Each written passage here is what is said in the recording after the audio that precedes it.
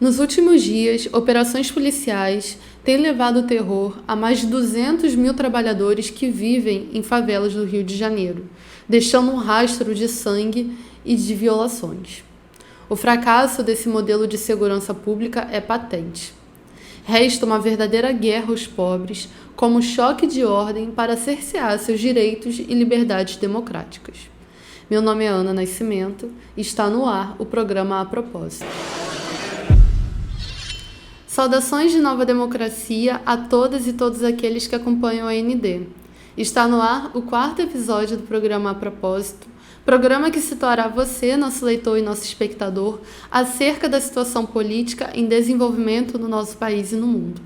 Não esqueça de se inscrever, de compartilhar, de deixar o seu comentário e também de curtir o nosso vídeo.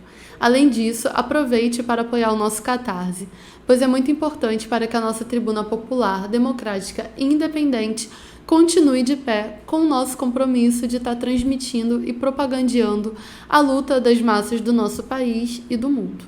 Hoje, a Polícia Militar do Rio de Janeiro realizou 3 operações, dentre elas na favela da Cidade de Deus, que deixou 7 escolas fechadas e mais de 1.800 alunos prejudicados. Antes, no dia 23, na última quinta-feira, 3 operações aconteceram simultaneamente nas comunidades do Complexo da Maré, no Complexo do Salgueiro, em São Gonçalo, e também na favela da Tijuquinha, em Jacarepaguá. Só na Maré foram 21 escolas que foram fechadas e mais de 7.000 estudantes prejudicados por conta das operações. No Complexo do Salgueiro, foram 11 pessoas assassinadas pela Polícia Militar, que deixou também 2 senhoras feridas. Além disso, foram mais de 20 mil moradores e trabalhadores que moram na região do Complexo do Salgueiro, que foram prejudicados pelo verdadeiro cenário de guerra que se instaurou nessa última quinta-feira. Há uma semana, um idoso foi morto na favela do Jacarezinho e esse senhor, que foi assassinado pela polícia, era, coincidentemente, pai de uma das vítimas da chacina que aconteceu em 2021 na mesma comunidade e que ceifou a vida de mais de 29 pessoas. Na semana passada, também na Cidade de Deus, com bombas e tiros contra a população, a polícia deixou 3 pessoas mortas. Segundo dados da Rede de Observatórios de Segurança Pública divulgados no ano passado, 67% dos eventos violentos que acontecem na cidade do Rio de Janeiro são causados pela polícia. E em 15 anos, estima-se que mais de 2.000 pessoas foram chacinadas em 482 chacinas cometidas pela Polícia Militar. Isso sem dizer aquilo que não são consideradas as operações de alta letalidade, que são as ocorrências diárias que também acabam ceifando a vida de milhares de pessoas aqui no Rio de Janeiro. E esse levantamento foi feito pelo Grupo de Estudos de Novos Ilegalismos e publicado em 2021. E só entre 2020 e 2022 foram diversas operações e chacinas clandestinas que aconteceram no estado do Rio de Janeiro, inclusive contrariando a ordem do STF de que não ocorressem chacinas e que não ocorressem, operações policiais enquanto durasse a pandemia. O governo de Cláudio Castro passou por cima dessa ordem do STF e cometeu as chacinas mais sanguinárias e mais letais da história do Rio de Janeiro. Dentre elas, a própria chacina do Jacarezinho, que já foi mencionada, a chacina da Vila Cruzeiro, que deixou 25 pessoas mortas e causou um terror sem precedentes, e a chacina do Complexo do Alemão, que deixou 19 jovens feridos e mortos. Bom, fica aí, diante de todos esses dados, diante de tudo que tem acontecido nas últimas semanas no Rio de Janeiro e Brasil afora, que esse projeto de segurança pública tem se demonstrado, na verdade, que tem se imposto de cima a baixo no nosso país, tem se demonstrado um verdadeiro fracasso. O velho Estado, na verdade, ele só tem aplicado cada vez mais violência reacionária contra as massas e com o objetivo justamente de cercear seus direitos democráticos e as suas liberdades democráticas. E por que a gente afirma que esse projeto de segurança pública tem falhado sistematicamente?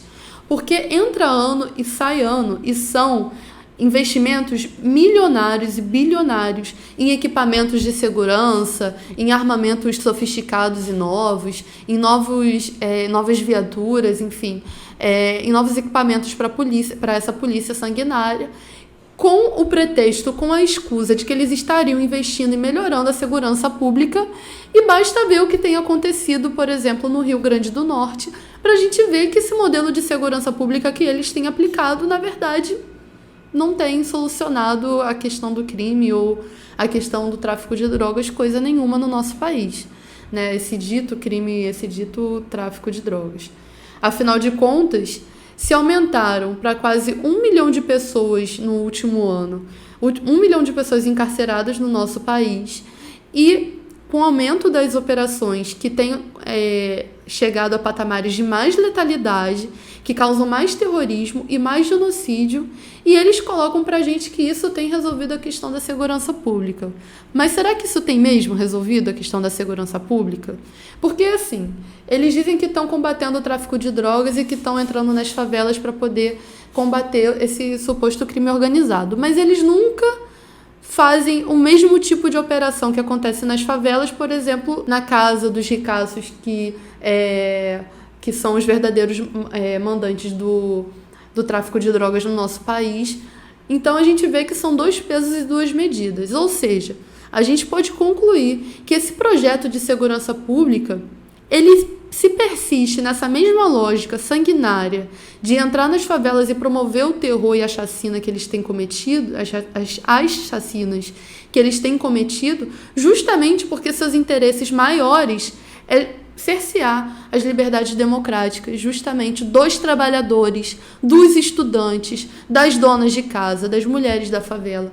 Eles têm buscado justamente causar o máximo de terror possível para que essas massas que têm muita revolta acumulada diante da situação de crise que está o nosso país, eles têm buscado justamente promover essa gestão terrorista contra essas massas para que elas não ousem reivindicar os seus justos direitos. É o que a gente tem visto sistematicamente a exemplos graves aqui no Rio de Janeiro, né?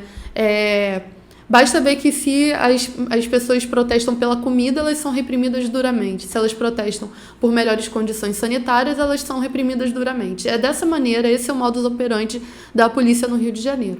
E basta ver se não tem motivos de sobra para essas pessoas estarem se revoltando.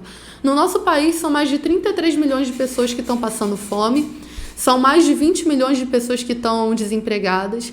Isso considerando, né, o que eles chamam de emprego informal, que na verdade é desemprego formal, porque essas pessoas não têm garantia de aposentadoria, não têm garantia de condições mínimas mesmo de sobreviver. São mais de 40 milhões de pessoas que estão à beira da miséria no nosso país, desempregadas, e aí vocês me dizem, não tem motivo faltando, de sobra, quer dizer, para essas pessoas estarem revoltadas com esse sistema, com essa ordem de coisas? Ou seja, há um aumento crescente do descontentamento das massas, da população do nosso país com essa velha democracia, com essa velha ordem de coisas. Basta ver que, segundo dados do Poder Data, são mais de 41% da população que conclui que essa democracia está indo de mal a pior. Ou seja, as pessoas elas não acreditam mais nessa democracia falida. Ou seja, toda essa política terrorista de guerra contra o povo tem se demonstrado, na verdade, uma continuidade do regime militar fascista que se instaurou no nosso país, e a gente falou nos nossos últimos vídeos. Afinal de contas, o porquê que eles instauraram esse regime militar? Né? Se as pessoas não estavam justamente indo lutar pelos seus direitos democráticos. Né? Então, hoje a gente se encontra numa situação semelhante. Né? E essa política assassina, essa polícia genocida, perdura, porque é uma continuidade cabal do regime militar fascista, né? Do mesmo modus operandi. Basta ver a forma como a polícia entra nas favelas, a forma como a polícia tortura as pessoas, a quem a polícia responde. A polícia ela não responde só ao governador, não. A sua inspetoria-geral responde ao alto comando do Exército, que é quem define currículo, curso, que é quem define o modo como eles vão entrar nas favelas, quem define toda a formação dos policiais. Ou seja, fica patente aí para quem quiser ver, né, que quem é responsável de fato por tudo que tem acontecido contra as massas nas favelas é de fato o alto comando das Forças Armadas, principalmente o que toca o Exército.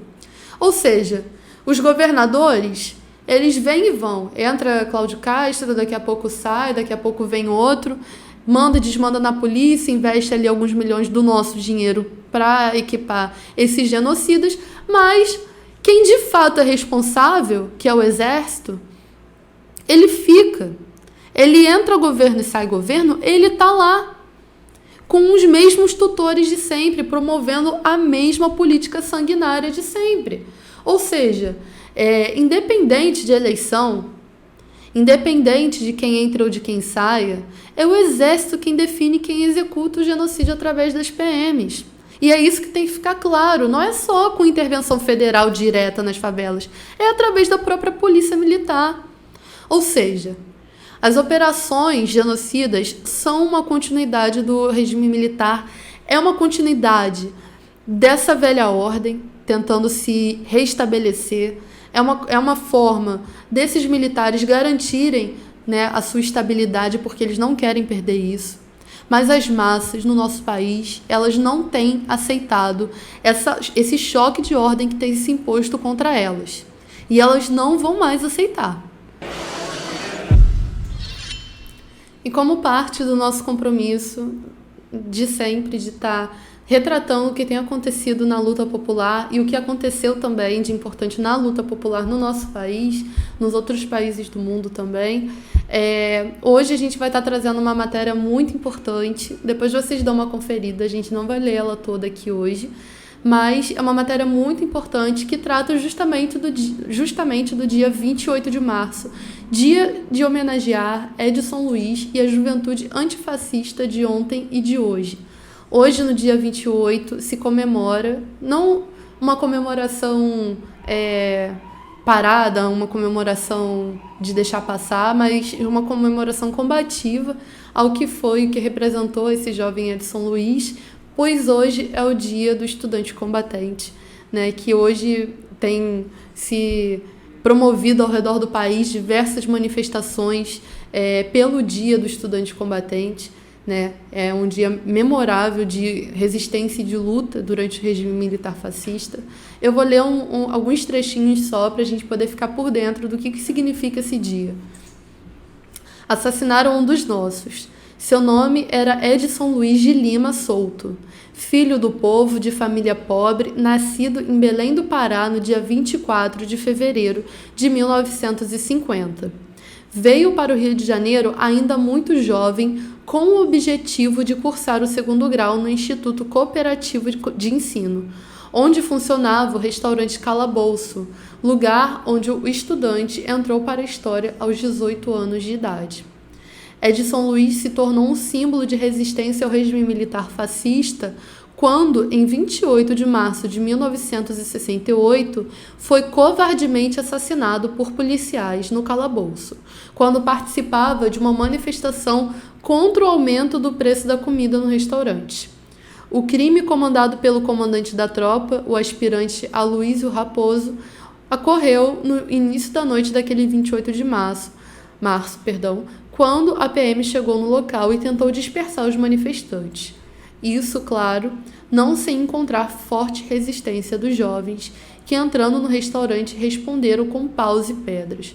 Ou seja, exatamente as lutas do passado também são as lutas de hoje, basta a gente rememorar o que foram as greves de ocupação nas escolas e nas universidades do país inteiro, a luta pelo bandejão, a luta, né, dos estudantes secundaristas por melhores condições de estudo e também pelos professores por melhores condições de ensino, né? Então, basta ver as lutas que têm enfervescido o nosso país recentemente contra a reforma do novo ensino médio, que tem sido um atraso de cabo a rabo no nosso país, né, que tem demonstrado uma falência do sistema público de ensino e que esses estudantes, esses alunos de hoje, né, têm perpetuado uma luta importantíssima, né, de garantir seus direitos, de garantir os seus direitos democráticos de estudo, de ensino, né, com muita luta. Então, ver o quanto que é importante esse dia, né, Dia do Estudante Combatente, dia 28 de março, que carrega o nome do Edson Luiz, que foi um estudante que estava lutando por uma causa justíssima, pelo direito de comer e de maneira com acesso mais democrático, né, à comida, à alimentação, né, e ver que as lutas daquela época permanecem de hoje porque não mudou substancialmente muita coisa, né? Então, esse daqui na foto é o Edson Luiz, já sem vida, né? E os estudantes ficaram velando o seu corpo durante a noite toda, porque a polícia queria pegar seu corpo e desaparecer com o corpo dele, né? Então, não deixaram a polícia pegar o corpo dele, ficaram ali fazendo vigília. É muito importante esse fato, né, para a história do nosso país, mostra, né, o quanto que a juventude e os estudantes são aguerridos na luta pelos seus direitos, né? Muito importante. E a propósito, hoje está ocorrendo aí ao redor do nosso país diversas manifestações que estão, né, rememorando esse fato importante de resistência contra o regime militar, contra, né, os golpistas de ontem e os golpistas de hoje também, né? Então, saudar efusivamente todos os estudantes na luta, saudar o que foi o Edson Luiz. A segunda matéria que a gente vai estar trazendo também é uma matéria que aconteceu no Rio Grande do Sul, na qual um operário foi assassinado brutalmente pela polícia militar. Esse aqui é o operário, né, com a sua filha. No dia 23 de março, um policial da Brigada Militar do Rio Grande do Sul assassinou o soldador e professor de capoeira Rudimar Rolim Machado, de 37 anos, após uma suposta confusão em um restaurante às margens da BR-153, na entrada do município de Erechim, na região do Alto Uruguai, no norte do estado. Um vídeo do momento foi registrado e divulgado em redes sociais. No vídeo é possível ver, além de Rudimar caído e sangrando no chão, os policiais desferindo socos e chutes contra 2 homens que tentaram socorrer a vítima.